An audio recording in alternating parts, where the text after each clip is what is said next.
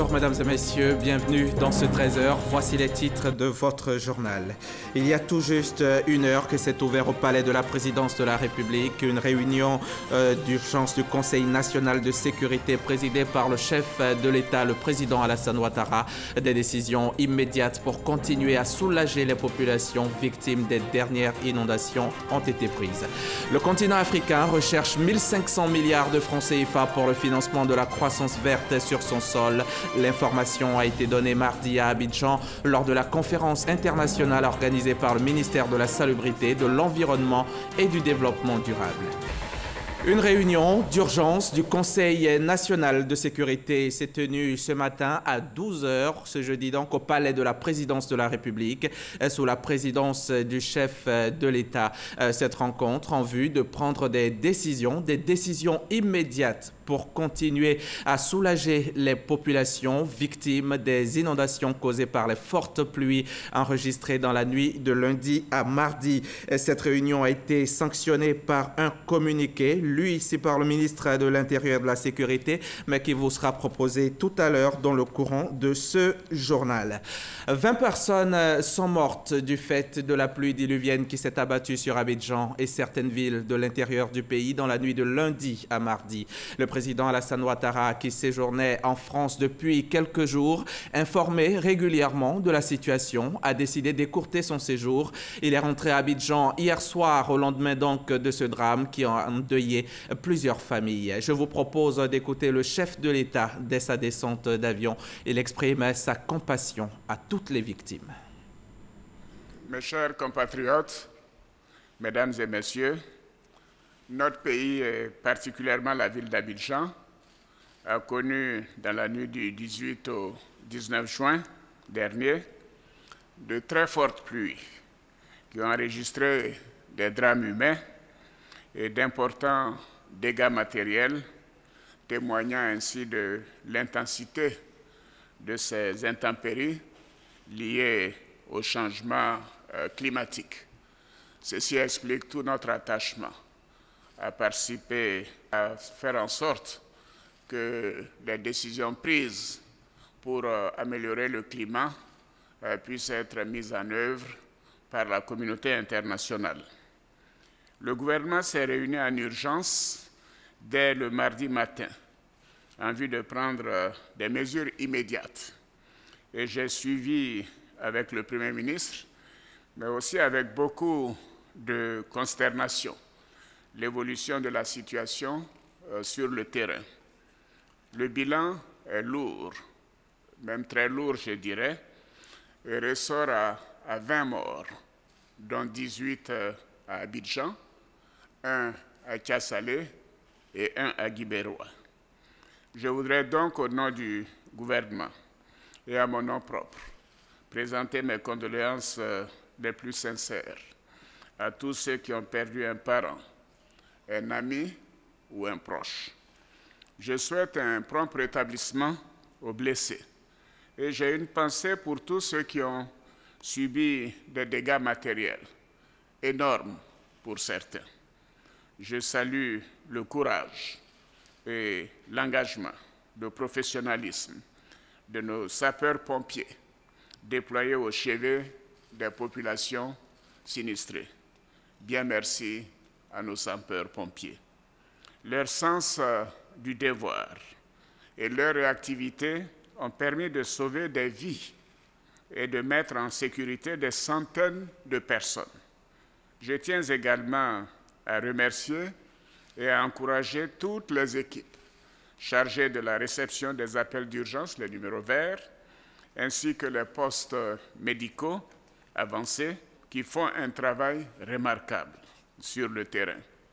Enfin, je salue le formidable élan de solidarité que nous observons durant cette période éprouvante. J'appelle chacun de nos compatriotes à respecter les consignes de précaution et d'interdiction érigées contre les installations anarchiques d'habitation dans les zones à risque. De même, les constructions réalisées dans les bassins d'orage, sur les ouvrages de drainage et d'assainissement devront être détruites. Mes chers compatriotes, la Côte d'Ivoire est là, debout, solidaire et rassemblée face à ces événements tragiques. En de pareilles circonstances, il était impératif que j'écourte mon séjour et que je vienne auprès des populations sinistrées pour témoigner ma compassion, ma solidarité et pour agir face à de tels drames. J'ai donc convoqué dès demain, jeudi 21 juin, une réunion du Conseil de sécurité à 11 h au Palais de la Présidence de la République. Des décisions immédiates, en plus de celles qui ont déjà été prises par le gouvernement, seront prises en vue de continuer de soulager les populations. C'est un moment douloureux et j'en appelle au rassemblement de tous les Ivoiriens et la compassion à tous. Nous ferons en sorte de continuer au niveau du gouvernement, de la présidence de la République, de tout faire pour protéger les populations vulnérables. Et je compte sur le sens du civisme de chacun de nos compatriotes et surtout de tous, y compris les populations vivant en Côte d'Ivoire. Je vous remercie. Je vous le disais, une réunion d'urgence a donc eu lieu. Une réunion d'urgence du Conseil national de sécurité s'est tenue ce jeudi à 12 h au Palais de la Présidence de la République sous la présidence du chef de l'État. La réunion a été sanctionnée par un communiqué lu ici par le ministre de l'Intérieur et de la Sécurité, Sidiki Diakité. Le président de la République, son Excellence M. Alassane Ouattara, a présidé ce jeudi 21 juin 2018, de 11 h à 12 h, une réunion extraordinaire du Conseil national de sécurité consacrée aux événements tragiques survenus suite aux pluies diluviennes enregistrées les 18 et 19 juin 2018 à Abidjan et dans plusieurs localités de l'intérieur du pays. Il ressort du point de situation fait au cours de cette réunion du Conseil national de sécurité que dans la nuit du 18 au 19 juin 2018, Abidjan et plusieurs localités ont enregistré des pluies d'une intensité exceptionnelle avec des pics de précipitations atteignant 200 mm par endroit, soit 5 fois le seuil d'alerte rouge. Les inondations causées par ces pluies ont entraîné de nombreuses pertes en vies humaines et d'importants dégâts matériels, notamment la mort de 20 personnes, dont 18 à Abidjan et 2 à l'intérieur du pays, le déplacement de 136 familles sinistrées, l'inaccessibilité de nombreuses voies de circulation, l'effondrement de plusieurs maisons d'habitation, l'interruption partielle de fourniture d'eau et d'électricité dans plusieurs localités du pays. À l'issue de la réunion du Conseil national de sécurité, il a été décidé de mettre à disposition une enveloppe d'urgence de 2 milliards de francs CFA pour la réalisation des mesures ci-dessus. 1. La mise à disposition sous forme d'assistance financière de 1 million de francs CFA à chaque famille ayant enregistré des décès et la prise en charge des frais liés aux obsèques. 2. Une assistance en vivres et non-vivres pour les familles déplacées. 3. Le prépositionnement 24 heures sur 24 de forces mixtes de défense et de sécurité dans chacun des quartiers et sites à risque pour la sécurisation des domiciles et l'assistance en tout genre.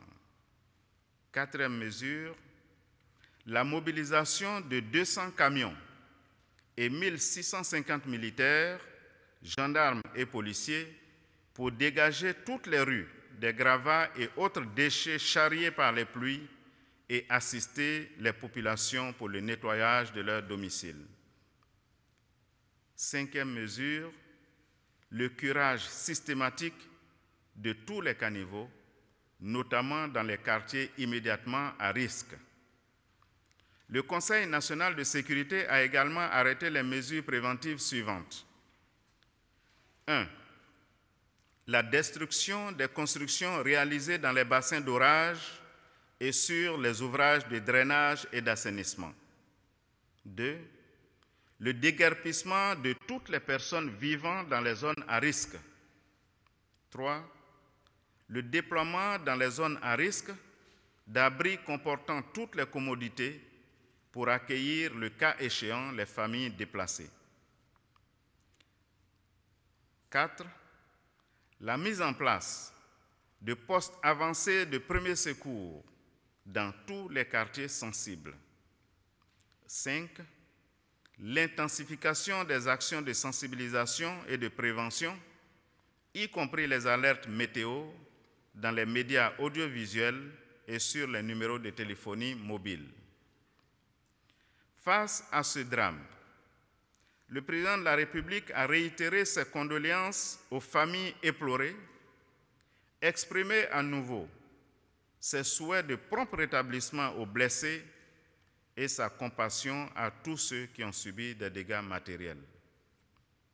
Le président de la République, après avoir relevé que la Côte d'Ivoire, à l'instar de plusieurs pays dans le monde, est sujette aux conséquences néfastes des changements climatiques, a salué le Premier ministre pour la célérité avec laquelle le gouvernement a apporté soutien et assistance aux familles en détresse. Il a également félicité les forces de sécurité et de protection civile, ainsi que les agents de santé et les nombreux volontaires pour toutes les actions menées pour soulager les populations affectées. Le président de la République a instruit le Premier ministre à l'effet de prendre toutes les dispositions pour la mise en œuvre diligente du schéma directeur d'assainissement et de drainage du district autonome d'Abidjan, adopté en Conseil des ministres le 16 mai 2018. Le président de la République a lancé un appel aux populations afin qu'elles respectent les consignes de précaution et d'interdiction érigées contre les installations anarchiques d'habitation dans les zones à risque. Le président de la République a donné des instructions pour que les décisions du Conseil national de sécurité de ce jour soient mises en œuvre sans délai. Fait à Abidjan le jeudi 21 juin 2018. C'était donc là le communiqué du Conseil national de sécurité qui s'est tenu tout à l'heure au palais de la présidence de la République, en présence bien sûr du chef de l'État, le président Alassane Ouattara. Henriette Dagri-Diabaté n'est pas restée insensible face à ce drame subi par une partie de la population. La grande chancelière de l'Ordre national, par ailleurs présidente du Rassemblement des Républicains, s'est rendue hier dans les quartiers de Cocody à Kouédo et Riviera à Sidessi pour exprimer son soutien et sa compassion aux familles des victimes décédées. Herman Guivet.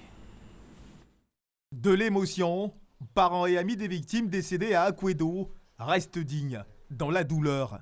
Parents, me charge de vous dire merci pour votre arrivée ici. Henriette Dagri-Diabaté, présidente du RDR, à la tête d'une forte délégation venue leur témoigner son réconfort et son soutien.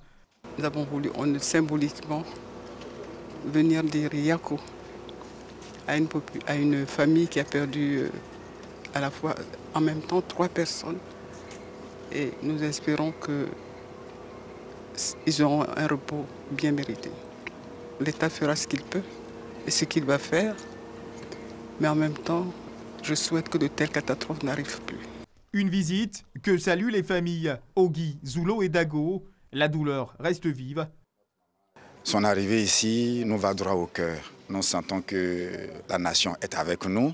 La grande chancelière en mer est venue au secours aux côtés de ses enfants. Nous lui disons vraiment grand merci. Deuxième étape de cette visite de la présidente du RDR, la résidence de la famille Zakpa à la Riviera Sidessi. Proches de la famille sont réunis. L'une des sœurs de la victime, témoin des derniers instants de sa défenseur. La présidente du RDR, Henriette Dagri-Diabaté, a exprimé toute sa compassion à cette famille. Nous nous sommes rendus dans la maison sinistrée. Les stigmates sur les murs témoignent de la hauteur qu'occupait l'eau au moment du drame. Rose Zakpa aura sauvé ses enfants au péril de sa vie. Et pendant cette épreuve douloureuse, les Ivoiriens ont fait preuve de solidarité. Au lendemain des inondations, l'heure est au recueillement, au deuil et aux réparations. En attendant, l'aide aux sinistrés s'organise. Dans la ville, des centres de collecte ont vu le jour, des bouteilles d'eau, des paquets de pâtes, de l'huile, du sucre, mais aussi des médicaments, des draps et des vêtements. Les sinistrés sont assistés et soutenus par des personnes de bonne volonté afin de leur permettre de se relever, se tenir debout et reprendre goût à la vie. Salima Toudia, Grâce Kando. Du porte à porte pour collecter des dons en nature. Ils seront distribués aux sinistrés des pluies diluviennes. Nous sommes venus vous voir. C'est concernant ce qui se passe actuellement dans le pays avec la pluie. Là, vraiment, c'est juste un élan de solidarité. Tout ce qu'on gagne, on va collecter et puis ensemble, on va aller donner ça. Vêtements, produits de toilette, ces dons sont offerts par les femmes de Koumassi. Vu vraiment ce qui s'est passé, on a été touchés. On a mis un petit comité en place rapidement pour pouvoir faire du porte-à-porte pour un petit élan de solidarité pour pouvoir soutenir les familles endeuillées et les familles qui ont tout perdu. Dès les premières heures, les actes de solidarité se sont multipliés. À la permanence du député de Cocody, Yasmina Wenye, on s'organise aussi activement. On collecte, on trie et on distribue les dons réceptionnés suite à l'appel lancé sur les réseaux sociaux. On est en train de s'organiser pour leur envoyer des vivres, des dons, pour leur envoyer des médicaments, des premières nécessités. Ils ont tout perdu. Toute aide peut compter et tout geste est important. Étudiants, pharmaciens, médecins, secouristes, tous participent à cet élan de solidarité. Les sinistrés peuvent aussi compter sur les internautes qui relaient en temps réel leurs besoins. La disponibilité des centres d'hébergement est publiée sur les réseaux sociaux avec le hashtag « Les Ivoiriens sont formidables ». La pluie a fait des dégâts, la pluie a tué. Les populations se doivent d'être prudentes, vigilance, car si l'on observe une relative accalmie les mercredis 20 et jeudi 21 juin avec des pluies faibles, les météorologues préviennent que l'on aura une reprise des fortes pluies probablement cette nuit de jeudi, la nuit donc de ce jeudi à vendredi et dans la matinée demain vendredi avec des possibilités d'inondation sur le district d'Abidjan. Nous sommes le 21 juin et c'est la fête de la musique, mais en raison de la catastrophe qui frappe notre pays suite aux pluies diluviennes de la nuit du lundi 19 au mardi 20 juin 2018, les activités prévues par le ministère de la Culture et de la Francophonie dans le cadre de la célébration de la fête de la musique 2018 sont annulées dans le district d'Abidjan. Le ministère de la Culture et de la Francophonie présente ses sincères regrets à ses invités et à ses partenaires. Ce document est signé des mains du ministre de la Culture et de la Francophonie. Pendant ces événements sombres qu'a connus notre pays, Daniel Kablan-Duncan, lui, était à 6000 km d'Abidjan en visite dans la région du Grand Est de la France. Le vice-président tentait de convaincre les investisseurs étrangers à s'implanter en Côte d'Ivoire. Le témoignage de notre envoyé spécial en France, Jérôme Kofi Aboula. La fin d'une visite de travail de 3 jours du vice-président ivoirien Daniel Kablan-Duncan dans la région du Grand Est en France. Elle est marquée par l'étape de Metz qui suit celle de Strasbourg et Nancy. Comme lors des jours précédents, la visite ce mercredi à Metz dans les locaux du groupe PSA traduit encore la volonté de la Côte d'Ivoire et ses autorités d'aller à la conquête d'autres espaces pour son développement, tant sur le plan politique, économique et social. Qu'est-ce que nous sommes venus chercher ici donc, dans le Grand Est? J'ai indiqué donc à plusieurs reprises les points suivants. D'abord, les problèmes de capital humain. En fait, je crois que c'est le philosophe Jean Baudin qui disait qu'il n'est de richesse que d'hommes. La vraie richesse d'un pays, c'est d'abord la qualité du matériel humain. Et le matériel humain, c'est d'abord des gens bien formés, bien éduqués, et aussi des gens en bonne santé. Bien éduqués, bon, ce sont les accords que nous sommes en train donc, de faire avec ICN Artem, donc à Nancy, de choisir donc cette région parce que il y a une capacité d'adaptation extraordinaire donc de cette région. C'était mon sentiment. Elle est, je crois, la deuxième région industrielle de France après donc, la région parisienne, me semble-t-il. Donc c'est une excellente chose et nous souhaitons vraiment avoir ce capital humain se développer. Avec cette visite, il s'agit de faire connaître la Côte d'Ivoire en la présentant comme la terre des opportunités d'affaires, des investissements. L'idéal à partager, c'est la qualité des relations à travers un partenariat vrai. Et sur la question, le vice-président a bien son idée quand, après avoir dit une conférence à Nancy sur la Côte d'Ivoire, pôle économique de l'Afrique de l'Ouest, il anime une autre à Strasbourg sur l'Afrique, la France et l'Europe, une relation de proximité vers un partenariat repensé. Le seul moyen efficace de travailler pour le développement de l'Afrique est de travailler ensemble. La vision ivoirienne de l'Afrique demeure une vision optimiste du futur de notre continent. L'Afrique est désormais visible sur les cartes économiques. Les réformes structurelles et sectorielles d'envergure mises en œuvre au plan macroéconomique, les ressources naturelles importantes révélées ou exploitées et les potentialités du capital humain font de l'Afrique un continent d'opportunités et d'avenir. Ce que l'on peut essentiellement retenir, c'est le partage de formations et d'expériences, notamment dans les domaines éducatifs, sanitaires et industriels, en se basant sur le transfert des technologies. Et le vice-président Daniel Kablan-Duncan, très confiant, d'indiquer que la Côte d'Ivoire est prête à partager, non seulement en raison de sa stabilité, mais surtout de la qualité de ses ressources humaines. Cette visite dans le Grand Est de la France du vice-président Daniel Kablan-Duncan vient compléter celle effectuée à Toulouse, une autre région du territoire français. Et après la France, notre périple nous mène au Ghana, ici en Afrique de l'Ouest. Sur place à Accra, la transformation structurelle des économies africaines est au cœur d'un forum qui s'est ouvert hier mercredi, initié par le Centre africain pour la transformation économique de l'Afrique. Ce forum réunit décideurs privés et décideurs publics qui échangent sur les défis à relever par le continent dans sa marche vers le développement. Ces défis concernent notamment les secteurs de l'agriculture, des mines, de l'industrie et le développement du capital humain. Mahama Traoré depuis Accra au Ghana. Après Kigali en 2016, Accra, la capitale ghanéenne, accueille le deuxième forum pour la transformation économique de l'Afrique. Une transformation nécessaire afin de maintenir durablement la croissance économique enregistrée par le continent ces dernières années.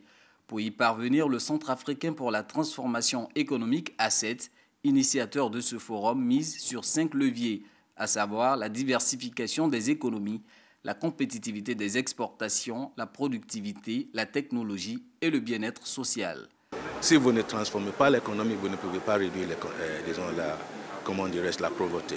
Et donc, nous avons amené les discours au-delà de la réduction de pauvreté, mais maintenant focaliser l'action sur la création de richesses, qui va accroître l'économie, qui va réduire la pauvreté. Plusieurs pays, dont la Côte d'Ivoire, participent à ce deuxième forum pour la transformation économique de l'Afrique. Des échanges, l'A7 espère élaborer une matrice d'action concrète à mesure d'impacter positivement le quotidien des populations africaines. Lorsque vous regardez la question de la transformation de l'Afrique, il y a quand même des points qui sont essentiels. La question de la mobilisation des ressources est très importante. La question aussi du secteur privé, parce que l'État ne peut pas à lui tout seul faire cette transformation de l'Afrique, il faut que le secteur privé soit pleinement associé. Donc, il y a la question du secteur privé, il y a la question de la jeunesse, qui doit être aussi un pilier, parce qu'il faut créer des emplois pour cette jeunesse-là. Prévu s'achever ce jeudi, le deuxième forum pour la transformation économique de l'Afrique verra la participation des chefs d'État ghanéens et rwandais et du vice-président de la République de Côte d'Ivoire, Daniel Kablan-Duncan.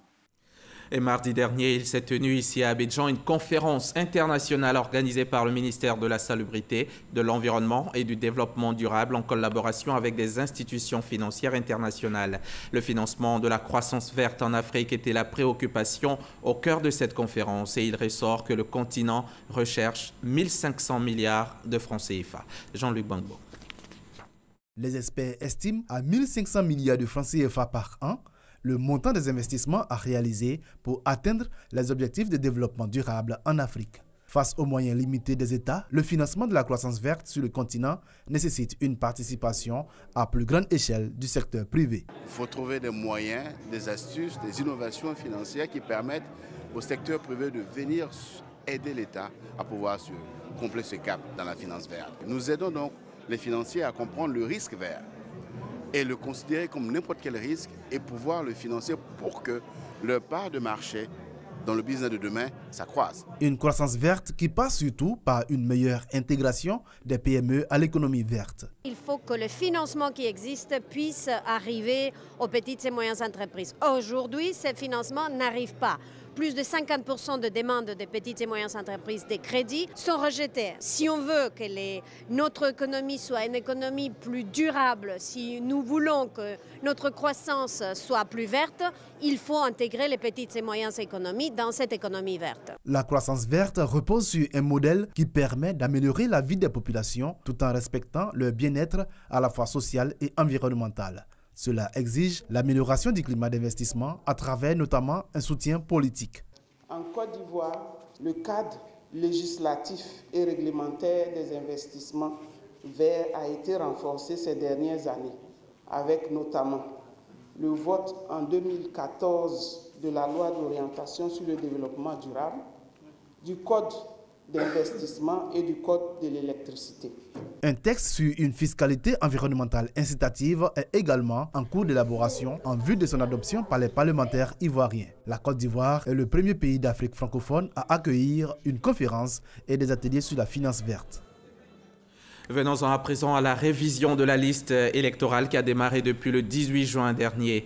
Mais le vendredi d'avant, le 15 juin donc, il s'est tenu une rencontre entre les membres de la CEI et les jeunes blogueuses. Il s'agissait de sensibiliser les jeunes en général et les nouveaux majeurs en particulier à se faire enrôler afin de participer massivement aux échéances électorales à venir. C'était aux deux plateaux, à Cocody, dans les locaux de l'institution. Le reportage d'Ahmed Traoré est dans un récit d'Abou Sanogo. La CEI, la Commission électorale indépendante, veut renforcer sa présence sur les réseaux sociaux, ce en partenariat avec les blogueuses. L'objectif étant de mieux sensibiliser les jeunes sur l'importance de la révision de la liste électorale. Voter est un droit. Et participer à la gestion des affaires publiques est la pierre angulaire de toute démocratie. Je crois qu'il faut que nous le comprenions tous, jeunes, femmes, adultes, que nous le comprenions. Nous avons choisi pour notre pays la voie de la démocratie. Une démarche appréciée par les blogueuses qui s'engagent à jouer leur partition. Pour la révision de la liste électorale, la CEI a bien voulu s'associer à nous pour mener une campagne digitale. Antoine Adou, coordonnateur technique de la révision de la liste électorale, a rappelé que l'opération concerne les jeunes qui ont 18 ans révolus au 31 mai 2018. Je rappelle avant de nous quitter qu'une réunion d'urgence du Conseil national de sécurité s'est tenue aujourd'hui même, ce jeudi à 12 h, donc au palais de la présidence de la République sous la présidence du chef de l'État. La réunion a été sanctionnée par un communiqué qui vous sera encore lu ce soir à 20 h par Sidiki Diakité, le ministre de l'Intérieur et de la Sécurité. Mais on peut déjà retenir que le gouvernement a mobilisé 2 milliards de francs CFA. C'est la fin de ce journal. Merci de l'avoir suivi. Vous pourrez le revoir sur notre application RTI Mobile et sur rti.ci. À demain, 13 h sur RTI.